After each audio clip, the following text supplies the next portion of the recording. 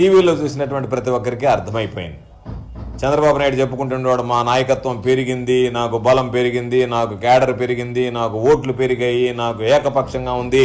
పాపం వాళ్ళ కొడుకైతే ఒక బుక్ ఒకటి తీసుకొని నేను ఆయన పేరు రాశా, ఈయన పేరు రాశా అని చెప్పి ముందు రాసుకోవాల్సింది తెలుగుదేశం పార్టీని సర్వనాశనం చేయడానికి కారకుడైనటువంటి చంద్రబాబు నాయుడు పేరు రాసుకోవాలి. రెడ్ బుక్లో లోకేష్ ముందు కొట్టాల్సింది చంద్రబాబు నాయుడు నేరుగా పోయి, ఆయన రేపు వచ్చిన తర్వాత కాదు, ఈరోజే రెడ్ బుక్లో ఫస్ట్ పేజీలో పెద్ద అక్షరాలతో రాసుకోవాల్సింది, తాటికైన అక్షరాలతో తెలుగుదేశం పార్టీని, రామారావు పెట్టినటువంటి తెలుగుదేశం పార్టీని చేజేతుల బంగాళాఖాతంలో కలిపినట్టు చంద్రబాబు నాయుడు గారి పేరు రాసుకుంటే బాగుంటుంది.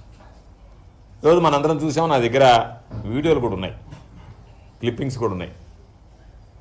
అసలు ఆ జనం మామూలుగా మాకు నిన్నటి నుంచి ఊతర కొట్టారు. 1,00,000 మందికి పైన జనం అన్నారు. 1,00,000 మందికి పైన 4,000 కుర్చీలు వేయలేకపోయారు, 3,000 తరలించలేకపోయారు.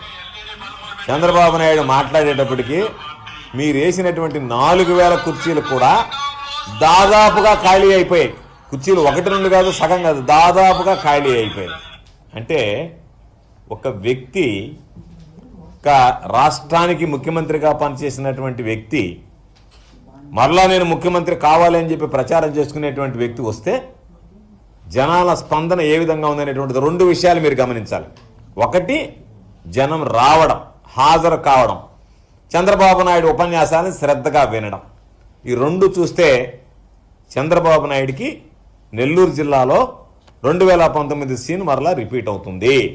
ఒక్క సీటు కూడా వచ్చేటువంటి పరిస్థితి లేదు, అది అర్థమైపోయింది.